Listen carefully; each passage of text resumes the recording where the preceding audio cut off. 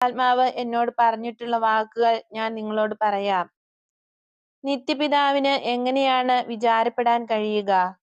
അത് എന്തുകൊണ്ടെന്നാൽ എന്റെ കുഞ്ഞുങ്ങളെ, അവിടുന്ന് സ്നേഹമാകുന്നു. യൂദയായിലെ എല്ലാ റബിമാരും അങ്ങനെ പറയുന്നില്ലല്ലോ. എന്നാൽ ദൈവപുത്രനായ മിശിഹ അത് നിങ്ങളോട് പറയുന്നു. യൂദായിലെ ഒരു കന്യകയിൽ നിന്ന് മിശിഹ ജനിക്കുമെന്നാണല്ലോ തിരുവെഴുത്തുകൾ പറയുന്നത്. അങ്ങ് എവിടെ, ആരിൽ നിന്ന് ജനിച്ചു?